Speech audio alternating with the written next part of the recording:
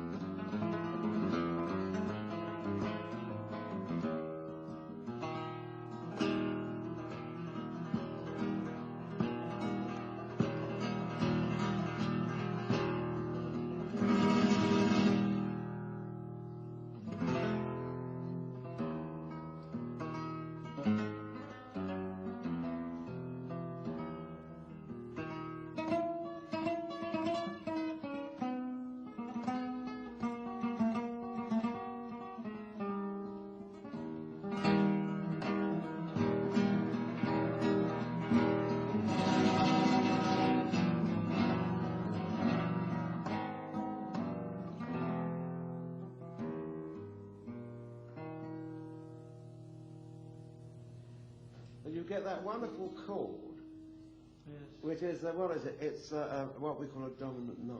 You know? It's where you get, well, like, it's this chord you get, but only much nicer.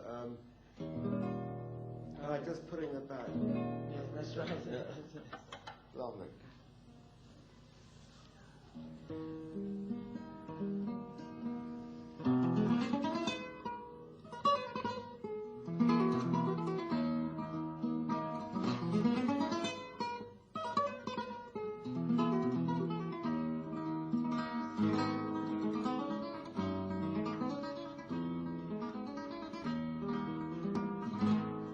When we first envisaged these programs, it seemed that due to, I may say it, my own limitations, that one very important aspect of the guitar, namely the flamenco guitar, would be almost, well, entirely absent.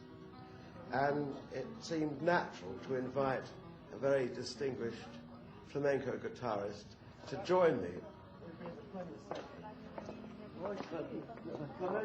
Come into the 90s. So it won't be necessarily Córdoba or anything? Oh, no, no. Hey! ¿Qué pasa?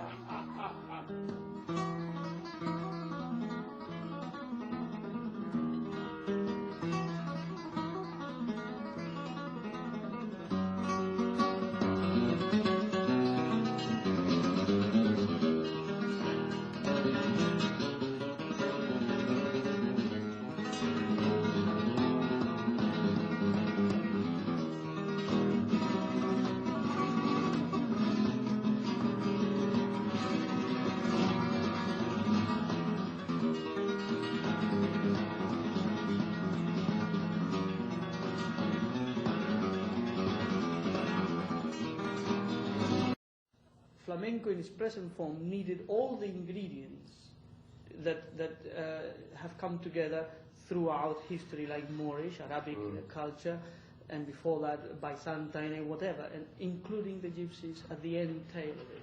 If you analyze the history of Andalusia, the Andalusian people have always been musical, dancing, singing, so they are musicians, I mean musical people.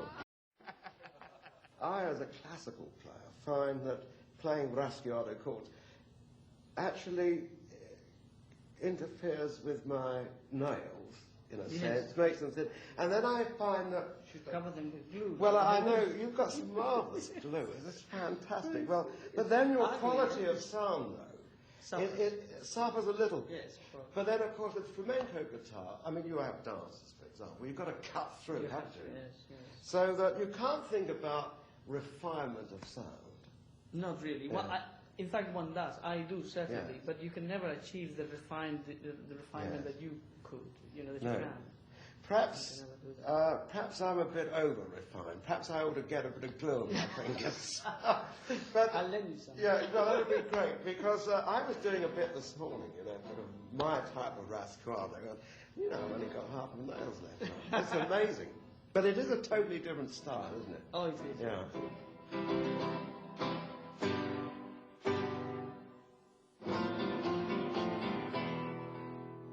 Full of history and legend, and bandoleros, bandidos, that would rob the rich to give money to the poor and so on. I mean, good socialists, you mean? Exactly, yeah. Well, in the time when flamenco was developing, Spain was in turmoil like that.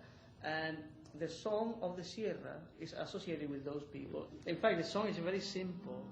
Por la Sierra Morena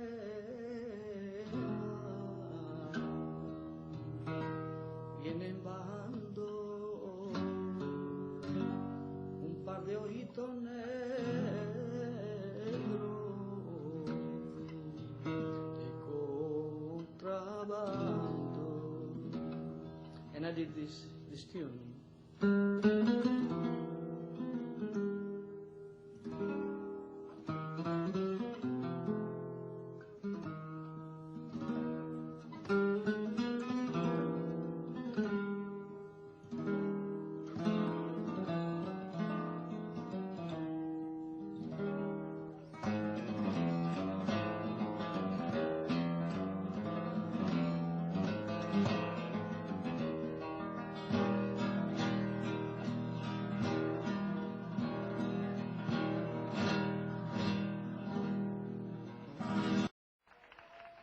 The thing is, what interests me is the poetry of the words. I mean, for example, are these words that they sing about being thrown into prison or losing parents in a war? Certainly, I mean, what are the general gists of these words?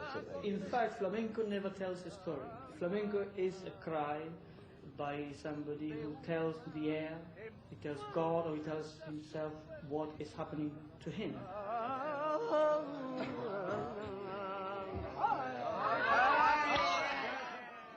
So it is a very personal statement, and it is also improvised. So whatever comes to your mind is what you sing, which may not be related to what you just sang. Yeah. And it is, as you say, very dramatic in terms that it dwells in very difficult conditions. A lot of the words and sentiments of the words are old. I mean, you don't have somebody bewailing the fact that they went down to the supermarket and it was closed. I mean, but at least, I mean, a lot of the ideas that, say, you put into your music come from the moment. And they're not 18th century ideas necessarily, or 19th century, are they? No. They are now. It seems to me that as long as you do that as a flamenco guitarist, your art will live and prosper.